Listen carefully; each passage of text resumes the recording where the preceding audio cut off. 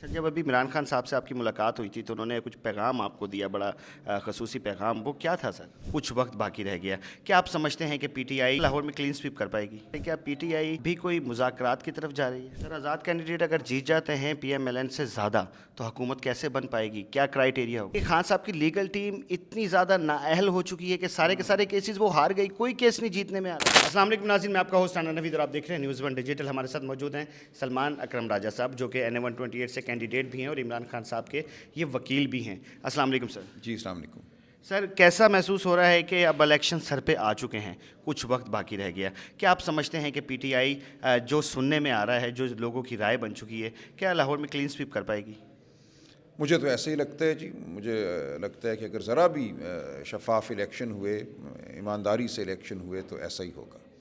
Sir, सुनने में आ रहा है टर्न आउट के कोई कहता है 60%, कोई 70%। क्यों कहा जा रहा है? ऐसी कौन सी उम्मीद दिला दी गई है या आ गई है जो ये सब कुछ सोचा जा रहा है?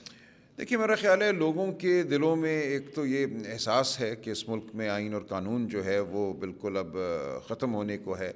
हम एक तारीकी के धाने पे खड़े हैं। एक जुल्म और बर्बरियत का जो दौर है वो चल चुका है। तो लोग एहतजाज करना चाहते हैं, लोग कहना चाहते हैं कि हमें आइन और कानून चाहिए। इसके साथ साथ जो महंगाई देखी है लोगों ने पिछले 16-18 माह, और उनको समझ में अब आ रहा है कि इस मुल्क में महंगाई इतनी क्यों होती है, इस मुल्क में क्या वो फ़ैसले हैं जो अवाम दोस्त नहीं हैं, जो इंसान दोस्त नहीं हैं। भारत में, बांग्लादेश में अफरात ज़र, इन्फ्लेशन या महंगाई जिसको हम कहते हैं, बहुत कम है हमसे। तो कुछ तो है जो हम अपनी पॉलिसियों में कर रहे हैं जिसकी वजह से अवाम पिसती चली जा रही है। तो मैं समझता हूँ ये एक मज़ाहमत का वोट होगा और बड़ी तादाद में लोग बाहर निकलेंगे। सर, अभी कुछ अरसे पहले सुनने में आया था कि अमेरिका के अंदर एक एहतजाज हो रहा है और किसी बिना पे वो एहतजाज रोक लिया गया। लोगों के ख्याल से क्या पीटीआई भी कोई मुज़ाकरात की तरफ जा रही है? नहीं, अब तो जी पूरी तवज्जो इलेक्शन पे है। इलेक्शन में जो नतीजा आएगा उससे मैं समझता हूँ सूरत हाल वाज़ेह होगी। और बहरहाल पीटीआई से मकालमा तो करना पड़ेगा। जो भी ताकतवर है, जो भी अपने आप को समझता है कि इस मुल्क की भाग दौड़ उसके हाथ में है, उसको मानना पड़ेगा कि अवाम जो हैं वही ताकत का सरचश्मा हैं और उनको बहुत देर आप खामोश नहीं रख सकते, बहुत देर उनको आप बाहर नहीं रख सकते। सर, जब अभी इमरान खान साहब से आपकी मुलाकात हुई थी तो उन्होंने कुछ पैगाम आपको दिया, बड़ा खसूसी पैगाम। वो क्या था सर? कि पैगाम उनका यही है कि अवाम को कहें कि इस मुल्क में कानून का, आइन का दौर दौरा होना है, रूल ऑफ़ लॉ के तहत हमें जीना है।